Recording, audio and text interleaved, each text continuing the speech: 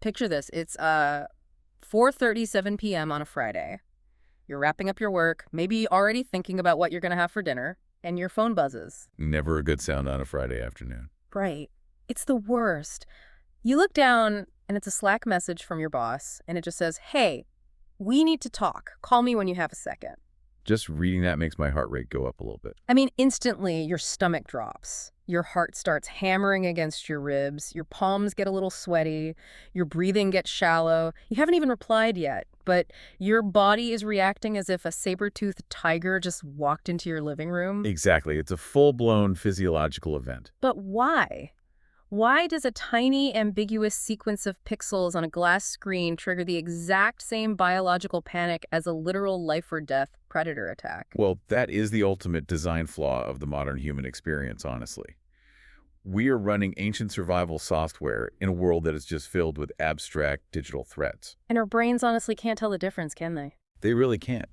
To your nervous system, a vague text message and a physical predator are basically the exact same thing. Well, welcome to our channel, A Better Version of Myself. The entire mission of our channel, and particularly this specific deep dive today, is to completely demystify the hard science and the neurobiology of fear and anxiety. Right, because we want to explain why your brain sometimes feels like it's turning against you.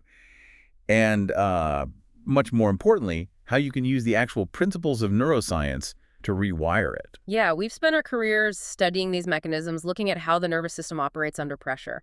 What we want to do today is guide you through the architecture of your own mind. We're going to break down the biology of that false alarm you get from a text message, look at the systemic damage it causes to your body if left unchecked, and then give you the neurobiological tools to take back control. So, to fix the panic response, I think we first have to understand the difference between a real threat and an imagined one. Absolutely, that's the baseline. Because, people toss around the words fear and anxiety like they mean the exact same thing. But biologically speaking, they aren't the same, are they? Not at all. And understanding that distinction is really the first step to managing them.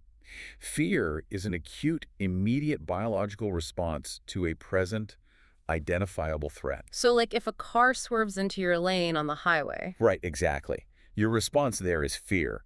It triggers a massive, rapid cascade of physiological changes, fight, flight, or freeze, and that is designed purely to keep you alive in that exact second. Got it. So fear is purely in the present tense. It's like, Yeah, there's a threat right in front of me, and deal with it right now. precisely. Anxiety, on the other hand, is completely future-oriented. It's a prolonged state of apprehension about unpredictable or uncontrollable potential threats. It's anticipatory. Exactly. You experience this chronic muscle tension, elevated heart rate, hypervigilance, and often there's absolutely no immediate physical danger around you at all. Which brings us back to that Slack message. I mean, my boss typing, "We need to talk," isn't a physical danger, but my body thinks it is. So what actual hardware in the brain is making that miscalculation? That would be the amygdala. It's this tiny almond-shaped structure deep within the limbic system of your temporal lobe. The limbic system, right? Yeah, think of it as your brain's threat sensor. And it operates with astonishing speed. It actually processes sensory information before that information even reaches your conscious awareness. Wait, really? So my brain is panicking before I even consciously read the words? Pretty much. We can think of the amygdala in two main parts to make it simple. The first part is the intake area, the basolateral amygdala. Intake, like it's constantly scanning the environment. Exactly. It receives the sensory input, the sight of the words on your phone screen, and its job is to assign emotional weight to that stimulus. It rapidly decides, is this good or is this bad? And once it decides the text message is a threat, what happens? Then it passes that information to the second part, the central nucleus, which is basically the output hub. Okay, so the output hub is what actually hits the panic button. How does it physically make my palms sweat and my heart race? It acts as the alarm bell. It sends these frantic signals down to your brainstem to initiate all those physical symptoms. But here's the catch. The amygdala isn't supposed to make these decisions in a vacuum. Right. There are other systems involved. Yeah, there's another structure right next to it that's supposed to provide context. That's called the hippocampus. Context meaning what exactly? Like reminding me that I'm just sitting safely at my desk. Exactly that. The hippocampus is responsible for memory and spatial navigation. In a healthy fear response, it tells the brain where and when a threat occurred. So it's the thing that says, yes, we saw a snake, but we're at the zoo behind thick glass, so we're fine. Perfect example, yes. But with anxiety or even severe conditions like PTSD, does that context mechanism just break down? Because when I get that text from my boss, I don't feel safe behind my desk. I feel like I'm already fired and, living in a cardboard box. That is such a common feeling. And yes, under chronic stress or in PTSD, the hippocampus functions poorly. It literally fails to provide that accurate context. So the brain gets confused. Right. The brain struggles to differentiate between a genuinely threatening environment and a safe present one. The context just gets stripped away, and you're left with only that raw, generalized fear response from the amygdala. Wow. Okay, so the threat sensor is blaring, and the context provider is basically out to lunch. Is there anything in the brain that acts as the brakes?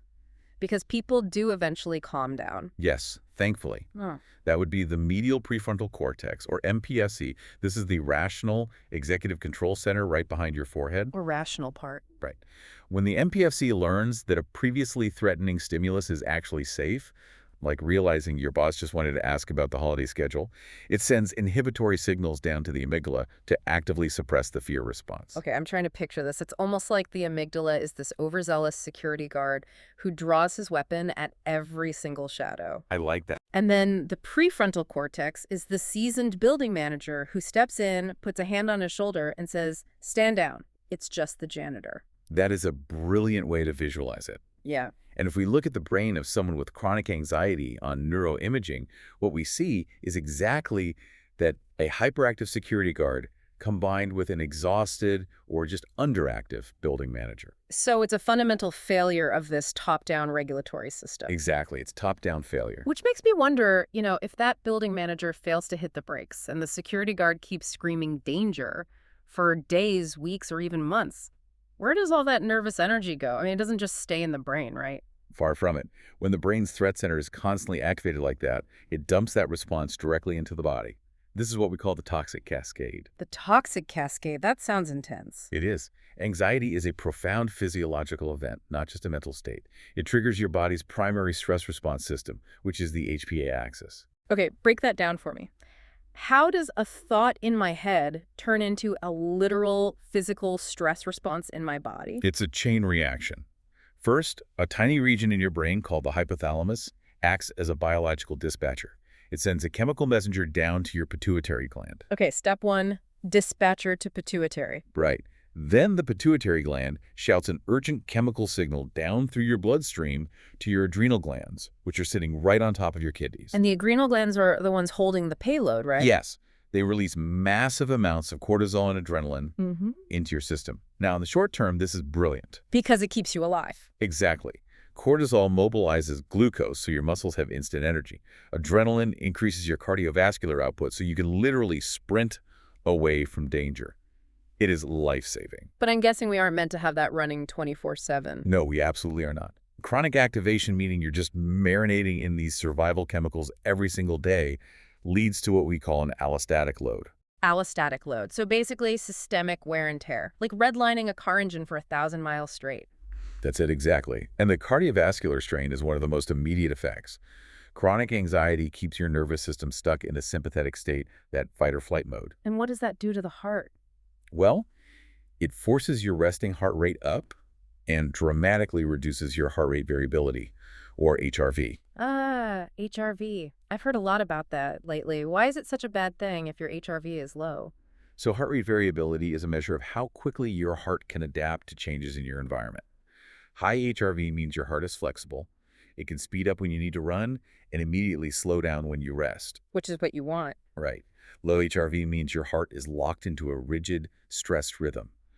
Over time, this constant high-pressure shear stress on your blood vessels actively accelerates atherosclerosis, which is the hardening of the arteries. Wow. Yeah, you're significantly increasing your risk of cardiovascular disease just by being in a state of chronic worry. That is absolutely terrifying. But what about the immune system? Because I would assume if you get a physical injury, your body ramps up immune cells to prevent infection. Does anxiety do the same thing? It actually does the exact opposite. Chronic exposure to cortisol is highly immunosuppressive. It dampens your body's ability to fight off viruses. So you're more likely to get sick when you're stressed out. Exactly. But here is the fascinating paradox. While it suppresses your antiviral response, chronic anxiety actively causes systemic low-grade inflammation. Wait, hang on. How does it cause inflammation if the immune system is suppressed? That seems contradictory. It does seem that way, but it's because the stress alters the way your immune cells communicate. The constant alarm signals cause certain immune cells to release inflammatory proteins into your bloodstream, mistakenly acting as if there's systemic tissue damage that needs repairing. So it's fixing damage that isn't even there. Right. It essentially tricks your body into attacking its own healthy tissues. This is why anxiety is directly linked to delayed wound healing and massive autoimmune flare-ups. That is wild. And I'm guessing the systemic damage doesn't spare the digestive system either, right? No, not at all. Yeah. Your gut actually contains its own complex network of neurons, often called the second brain, and it communicates directly with your actual brain via the vagus nerve. The vagus nerve, so they're physically wired together. Yes.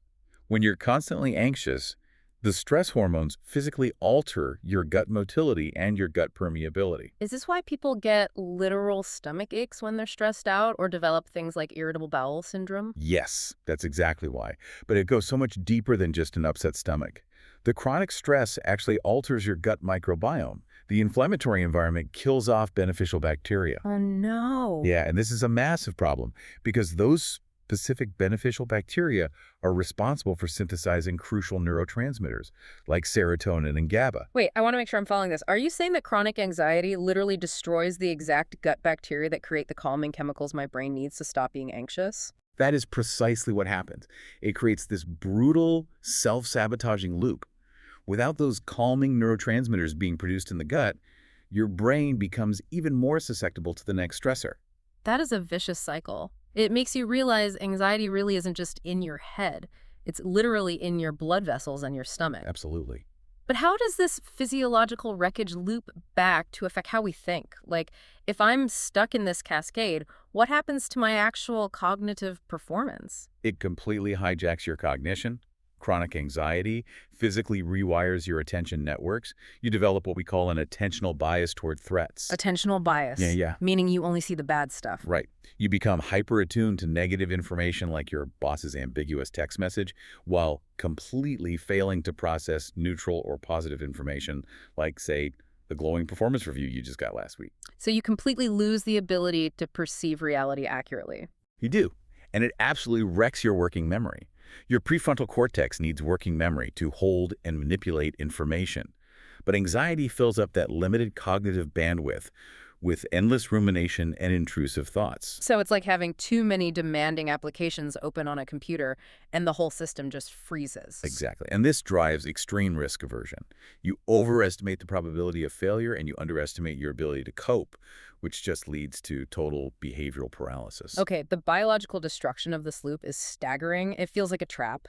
But, the core mission of our channel is about optimizing and rewiring. We don't want to just leave people terrified. No, definitely not. There is a way out. So how do we break this cycle? If the hardware is malfunctioning, how do we use the software of the mind to fix it? Let's talk about top-down processing. Top-down processing is all about leveraging that rational building manager, your prefrontal cortex, to exert control over the hyperactive security guard. And the gold standard for this, historically and currently, is cognitive behavioral therapy, or CBT. I know CBT is incredibly well-researched, but how does changing my thoughts physically change my brain? It operates on the principle of neuroplasticity. CBT teaches you to identify what we call cognitive distortions. Right. These are irrational thought patterns, like catastrophizing, which is assuming the absolute worst-case scenario will happen no matter what. Let's bring it back to the Slack message, just as an example. The text says, we need to talk. The cognitive distortion is, I'm getting fired, I won't be able to pay my rent, and my life is totally over. Yes. CBT trains you to intervene right there. You challenge that distortion with empirical evidence. You literally force your prefrontal cortex to ask, what is the actual evidence that I'm getting fired? Yeah. My boss usually texts me like this when he just needs a quick update on a client. And that changes the biology. It does. By repeatedly forcing this rational assessment, you are literally building thicker, stronger neural pathways from the prefrontal cortex to the amygdala, enhancing its ability to send inhibitory signals. It's basically weightlifting for the prefrontal cortex. That's amazing. Now, what about exposure therapy? That's another top-down approach, right? Where you face the fear instead of avoiding it. I've heard the scientific understanding of why this works has totally shifted recently. It has, and it's a profound shift in how we understand learning. Historically, we thought exposure therapy worked through simple habituation. Like you just get used to it. Right. The idea was that if you expose someone to their fear long enough, they just get bored by it, or the memory fades.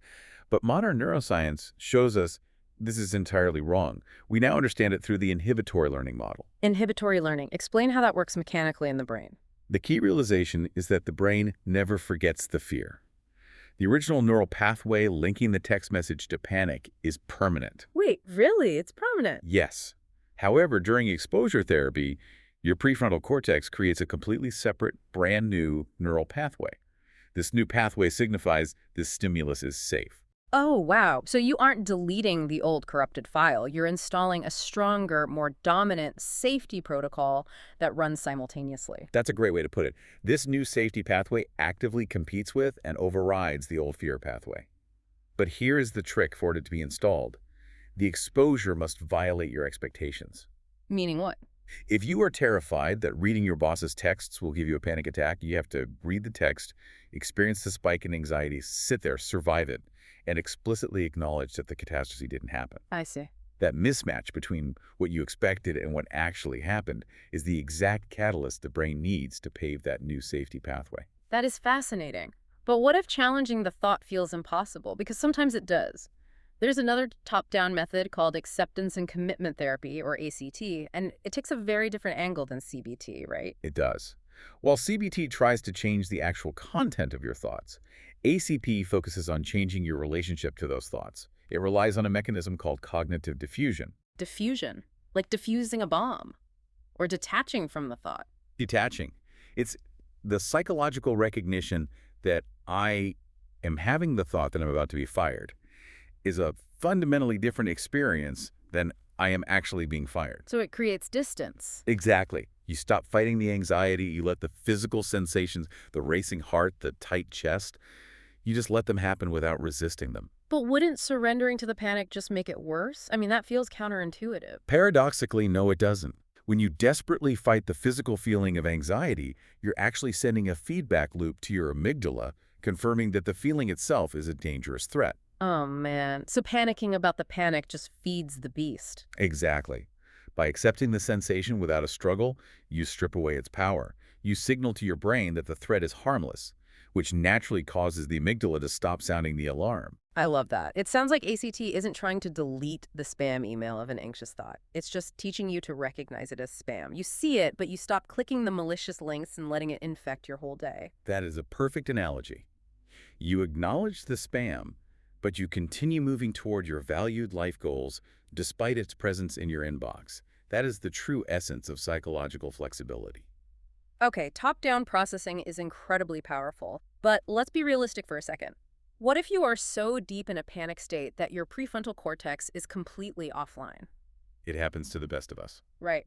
The building manager has left the building, and you cannot focus enough to challenge a cognitive distortion or do ACT. How do we fix the system when the mind is compromised? That's the critical pivot point. When top-down is offline, you absolutely must go bottom-up. You have to manually hack your physical nervous system to send safety signals back up into the brain. Okay, so where do we start? The fastest, most direct access point to your autonomic nervous system is your diaphragm. Because when we panic, we naturally take rapid, shallow chest breaths, right? Which just fuels the fire. Right. Shallow breathing physically confirms to your brain that you are running from a predator. But if you intentionally switch to diaphragmatic breathing, deep belly breaths, specifically elongating the exhalation, you manually override the system. Like inhaling for 4 seconds and exhaling for 6 seconds. Exactly. But how does a longer exhale actually stop a panic attack? Mechanically, prolonging the exhalation forcefully stimulates the vagus nerve. When stimulated, the vagus nerve releases a neurotransmitter called acetylcholine directly onto your heart's pacemaker cells. And what does that do? Acetylcholine acts as a literal chemical brake. It forces your heart rate to slow down, breaking the physiological momentum of the panic state. That's incredible. It's like an emergency brake you can pull from the inside. Yeah. And it makes me think about lifestyle as a broader bottom-up strategy, too. If we want to keep the nervous system regulated, sleep and exercise aren't just wellness buzzwords, are they? They're neurobiological imperatives. Absolutely. Let's look at sleep, specifically REM sleep, rapid eye movement sleep. During REM, your brain does the heavy lifting of processing all the emotional memories from the day. Okay. But here's the crucial mechanism.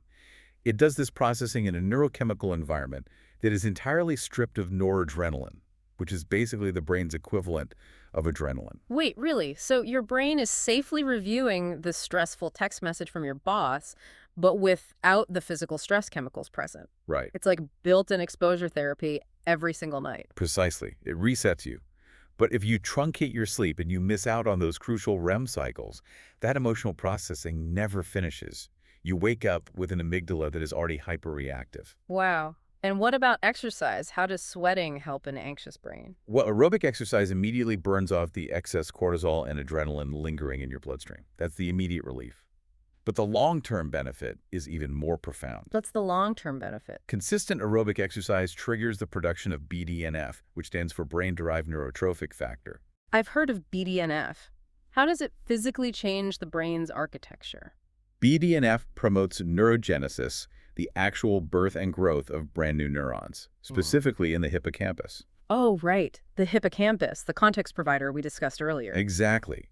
By enriching it with BDNF, you're improving your brain's ability to provide accurate context and regulate emotion over time. So instead of just patching a pothole, BDNF is like paving a dirt road into a multi-lane superhighway for your safety signals. I see that, yeah. But what about when lifestyle and therapy just aren't enough? Because for some people, the anxiety is so severe that they can't even get out of bed to exercise, let alone do CBT. Let's talk about the chemical bridges pharmacology. Pharmacology is often the necessary bridge to get a patient to a baseline where therapy is even possible. The traditional first line of defense is SSRIs or SNRIs, which target serotonin and norepinephrine. But those take, what, 4 to 6 weeks to kick in? Why the delay? If they're just boosting serotonin levels, shouldn't it work on day one? It's a great question, and modern research provides a fascinating answer for this. The relief doesn't actually come from just having more serotonin floating around. No, it doesn't. No. The serotonin gradually promotes neuroplasticity. It actually takes several weeks for the brain to physically grow and strengthen the emotional regulation networks in the hippocampus. That makes total sense. You're waiting for structural remodeling, not just a quick chemical mood boost. Exactly. Now, what about something faster, like a beta blocker? I know a lot of musicians and public speakers use propranolol for stage fright. How does that work? Beta blockers are a classic bottom-up intervention. They were actually developed for blood pressure, and they work by blocking adrenaline receptors in your heart and your peripheral nervous system. So if I take a beta blocker, my mind might still be terrified about the presentation, but my heart physically cannot beat faster, and my hands cannot shake. Yes, exactly. It puts a physical mute button on the bodily symptoms. By stopping the trembling and the racing heart, you cut off that feedback loop that tells your brain to panic even more. That is so practical, and we definitely have to touch on the bleeding edge of this research before we wrap up. What about psychedelic-assisted therapy? It's getting massive attention for treatment-resistant anxiety. How do substances like psilocybin actually rewire the brain? It's very exciting stuff. Psychedelics act profoundly on a brain network called the default mode network, or DMN. The DMN is highly active when we ruminate about the past or worry about the future. It's essentially the seat of your ego and your rigid, anxious thought loops. So someone with chronic anxiety has a default mode network that is just stuck in overdrive. Right. And psychedelics temporarily disrupt or quiet the DMN. At the same time, they induce a state of hyperplasticity across the rest of the brain. And what does that plasticity allow for? This allows a patient to revisit deeply entrenched traumas or fears with incredible cognitive flexibility. They're completely unburdened by their usual emotional defense mechanisms. That's amazing. And ketamine is being used off-label a lot too. Does it work the same way? Slightly differently, actually. Ketamine acts on the glutamate system. It rapidly prompts the brain to grow new synapses, new connections between neurons, often within just hours. Hours? That's incredibly fast. Yes, if chronic anxiety is a massive traffic jam on a single highway of worry, Ketamine essentially builds rapid detours, allowing your thoughts to flow freely in new, healthier directions. The pace of this science is just incredible. But let's bring it all back down to earth and synthesize what we've learned today. You cannot surgically remove fear, and honestly, you wouldn't want to. It is an evolutionary gift designed to keep you alive. Absolutely. The goal of all these tools, whether it's CBT, breathwork, or pharmacology, isn't to flatline your emotions into some numb, robotic state. No, the real goal is resilience. It's about building a flexible brain that accurately evaluates the reality of a risk and then gracefully returns to a calm baseline once that stressor has passed. Right. You train the software of the mind with top-down restructuring, and you support the hardware of the body with bottom-up regulation. It's a two-pronged approach. Since our modern world is constantly hijacking this ancient alarm system, I'll leave you with a challenge. Look closely at your own environment today. What is one tiny artificial stressor in your daily routine, maybe doom scrolling the news right before bed, that you can eliminate today? Take back the signals you're sending to your brain. That's a great thought to leave on. Thank you so much for joining us on this deep dive. If you want to keep mastering your biology and optimizing your life, make sure you hit subscribe to A Better Version of Myself right here on YouTube. And remember, the next time you get that vague text message from your boss on a Friday afternoon, take a deep 6-second exhale, let the acetylcholine put the brakes on your heart, and remind your amygdala that it's just a text, not a tiger. See you next time.